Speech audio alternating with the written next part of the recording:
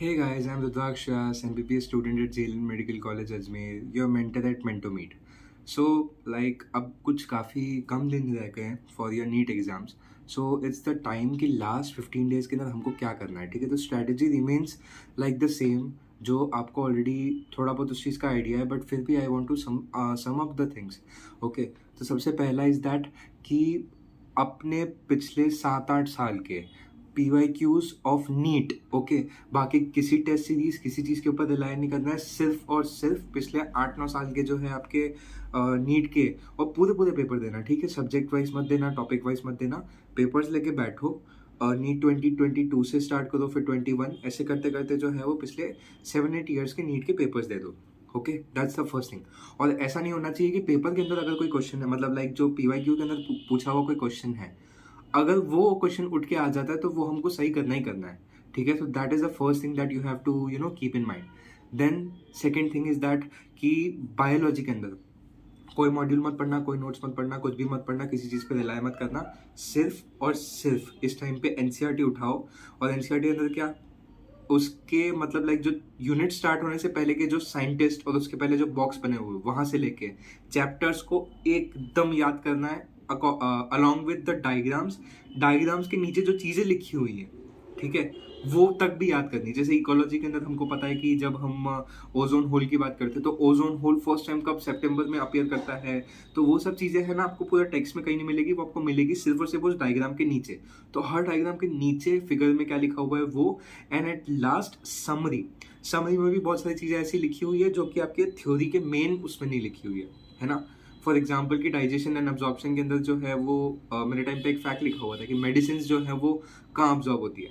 ठीक है, तो वो उस चीज़ से रिलेटेड समरी में कुछ लिखा हुआ है, एंड ड्रग्स से रिलेटेड उसके एक पेज पहले जो है वो टेबल बनी हुई है. तो हमको जो क्वेश्चन के अंदर जो चीज़ पूछी गई ना कि ड्रग्स अगर आए क्वेश्चन के अंदर तो हमको क्या लिखना है, मेडिसिन आए तो हमको क्या लिखना है, तो ये समरी और अपने टेक्स्ट दोनों के अकॉर्डिंग आपको देख के चलना है. ठीक है, तो ये सब चीज़ें हैं. बाकी केमिस्ट्री एंड फिजिक्स के लिए आपको कोई NCERT नहीं पढ़नी है. हाँ, केमिस्ट्री के अंदर आपको जो है वो ऑर्गेनिक केमिस्ट्री के लिए सिर्फ और सिर्फ, इस ऑर्गेनिक केमिस्ट्री में ऐसा कुछ वो आता भी नहीं है, आपकी मेन तो नेम रिएक्शंस ही आएगी. ठीक है, अगर मैं सब्जेक्ट वाइज देखूँ तो नेम रिएक्शन मतलब आपके नोट्स में भी प्रेजेंट होगी. तो अगर मैं सब्जेक्ट वाइज देखूँ तो जैसे सबसे पहले फिजिक्स है, फिजिक्स के लिए कोई NCERT नहीं पढ़नी. सिर्फ और सिर्फ अगर ऐसा हो रहा है ना कि मेरे पास में टाइम मतलब इतना लिमिटेड है और मैंने बहुत अच्छे से तैयारी नहीं करी है, या मैंने बहुत अच्छे से तैयारी करी, किसी भी कैटेगरी के स्टूडेंट के लिए मैं बोलता हूँ, अगर समझ नहीं आ रहा ना कि इतना सब कुछ रिवाइज करने के लिए, तो कुछ मत करो, अपने नोट्स में कराए हुए क्वेश्चंस कर लो. ठीक है, वो सब चीज़ सारे चैप्टर्स के कंप्लीट कर लो, एंड पिछले 5 साल के PYQs कंप्लीट कर लो बस. इसके अलावा आपको कोई टेस्ट पेपर या किसी चीज़ के पीछे भागने की ज़रूरत नहीं है. ठीक है, लास्ट में आपके 7-8 मेजर होंगे, वो आप दो तो वेल एंड गुड. ठीक है, otherwise the main gold standard is your NEET PYQs. Okay, so that is the first thing, तो दैट इज फॉर फिजिक्स.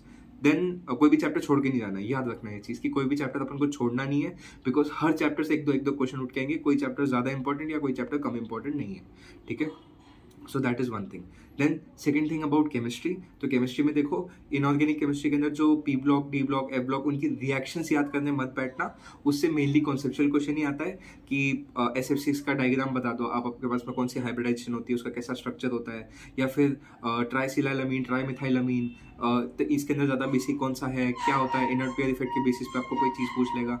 तो आपसे कोई है ना ऐसे रिएक्शन वाली चीज़ जो है ना वो डायरेक्टली कोई नहीं पूछेगा. ठीक है, बहुत रेयरली वो चीज़ पूछी जाती है, पहले पूछी जाती थी. तो ज़्यादा टाइम अपना है ना वो याद करने में मत जाना कि अच्छा रेड फॉस्फोरस व्हाइट फॉस्फोरस के बीच में जो है वो डिफरेंस अपने को देखना है कि कैसे किसको बनाया जाता है. Not much important. Okay, important है अगर आपको पता नहीं चल रहा है कि मैं क्या चीज़ पढ़ूँ तो PYQ उसको पहले देखो, और कॉन्सेप्ट्स आर ज़्यादा इंपॉर्टेंट. ठीक है, रेदर देन रट्टाफाइंग the reactions as such. Okay, फिर इसके बाद में ऑर्गेनिक केमिस्ट्री में कुछ नहीं, जो एसिडिक बेसिक स्ट्रेंथ के अंदर करके जमा के बताओ, इस टाइप का क्वेश्चन आएगा. बेसिक IUPAC नेमिंग के ऊपर 2-3 क्वेश्चन आ जाएंगे कि बता दो ये गलत नाम लिखा हुआ है कि 2-क्लोरो 3-ब्रोमो, ऐसे करके आपके पास में गलत नाम लिखा होगा, बोलेंगे इसका सही नाम लिखो, इसका सही स्ट्रक्चर बना के नाम लिखो. और एक होगा आपके पास में कोई भी स्ट्रक्चर दिया होगा, बोलेंगे इसका नाम लिखो, उस टाइप का क्वेश्चन आएगा. लास्ट के 4 चैप्टर नहीं छोड़ने, this is very very important. Biomolecules, polymers, chemistry in everyday life और इन्वायरमेंटल केमिस्ट्री. कुछ भी हो जाए इन चैप्टर्स को छोड़ के नहीं जाना है, इन चैप्टर्स के ऊपर क्वेश्चन आता है. ठीक है, तो ये चीज़ अपन को दिमाग में रखनी है कि बच्चे इन चैप्टर्स को छोड़ देते हैं और इन चैप्टर से 4-5 क्वेश्चन आ जाते हैं and then they don't know, मतलब लाइक जो एक इजी क्वेश्चन आता है ना, जो कि बार-बार वही रिपीट होता है ना? ये पीवीसी का मोनोमर बता दो, तो इस टाइप के इजी क्वेश्चंस जो हैं वो रिपीट होते हैं, तो ये अपन को छोड़ना नहीं है किसी भी हालत में। Then after that about the physical chemistry में अगर कुछ समझ अभी नहीं आ रहा है तो कुछ मत करो, अपनी कॉपी उठाओ, कॉपी के अंदर कराए हुए पर चैप्टर 30-40 न्यूमेरिकल कराए होंगे, या 30-40 मैक्सिमम 50 न्यूमेरिकल कराए होंगे कॉपी के अंदर, वो सारे न्यूमेरिकल कर लो क्योंकि आएगा उसी में से, ठीक है? सबको पता होता है एकदम बेसिक फॉर्मूले के ऊपर कि आपके पास में वीक एसिड स्ट्रॉन्ग बेस का, अगर आपके पास में सॉल्ट है तो बता दो पीएच क्या, इस टाइप के क्वेश्चंस जो कि आपको पता है, आपने प्रैक्टिस कर रखे हैं, तो फॉर्मूले की बेसिस पे आएगा, रेडियस के फॉर्मूले है ना 0.529 n²/z, तो आपको इस टाइप के क्वेश्चंस आएंगे, ठीक है? तो कुछ ज़्यादा टिपिकल आपसे पूछेगा नहीं, बेसिक चीज़ें जो जिस टाइप के क्वेश्चन आप प्रैक्टिस कर चुके हो वो कर लो, कि अगर कुछ समझ नहीं आ रहा, मॉड्यूल भी है, ये भी है, कोई टेंशन लेने की जरूरत नहीं है, अपनी कॉपी उठाओ, कॉपी के बीच में कराए हुए क्वेश्चंस देखो, और लास्ट में अपन को देख लेना है पीवाईक्यूज कंप्लीट कर दोगे, ये कंप्लीट कर दोगे, बाकी और किसी चीज़ को लेके वरी करने की जरूरत नहीं है। तो that is about that. Biology के अपन डिस्कस कर ही चुके हैं कि बायोलॉजी में एनसीईआरटी पढ़ो, ठीक है? खूब एनसीईआरटी पढ़ो, सारे मॉड्यूल को आग लगाओ, ठीक है? एनसीईआरटी पढ़ते जाओ, और आपको नया कुछ प्रैक्टिस करने की जरूरत नहीं है, वही क्वेश्चन आपको बार बार प्रैक्टिस करना है, ठीक है? आपको बता दिया मैंने तरीका कि किस हिसाब से आपको एनसीईआरटी लास्ट मोमेंट पे रिवाइज करनी है, लास्ट मोमेंट पे पढ़नी है। तो इन सब चीज़ों का ध्यान रखना और ज़्यादा पैनिक मत करना। 15 डेज में ये सब चीज़ें डूएबल है, ठीक है? कंसिडरिंग कि आपने साल भर जो है वो अपना रेगुलरिटी के साथ में, ठीक है? कुछ मैटर नहीं करता कि आपने साल भर में है डेली 10 घंटा पढ़ाई करी है, डेली 5 घंटा पढ़ाई करी। इंपॉर्टेंट है कि आपने कंसिस्टेंटली पढ़ाई करी है over the period of time, ठीक है? वो भले ही आपकी 4 महीने हो, 6 महीने हो, 7 महीने हो, 8 महीने हो, अगर आपने कंटिन्यूसली इस टाइम के दौरान आपने रोज पढ़ाई करी है, ठीक है? संडे को आपने आधे दिन का ब्रेक लिया, आपने ऐसे करके अगर पढ़ाई करी है ना रोज पिछले 7, 8, 10 महीनों में, तो कोई वरी करने की जरूरत नहीं है। 15 दिन में बस अपने नोट्स या अपने शॉर्ट नोट्स आप देख लो। अगर आपके पास में शॉर्ट नोट्स नहीं है, अगर आपको ऐसा है कि मुझे, तो मैं आपको अपना टेलीग्राम लिंक प्रोवाइड कर दूंगा जिसमें शॉर्ट नोट्स मेरे खुद के अवेलेबल है।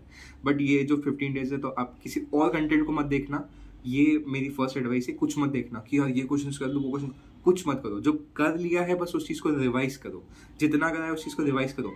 अगर कोई चैप्टर छूट रहा है उस चैप्टर को छोड़ो मत, सिर्फ और सिर्फ उसके पीवाईक्यूज कंप्लीट कर लो, ठीक है? So that is the thing which I want to say. So या, ऑल द बेस्ट।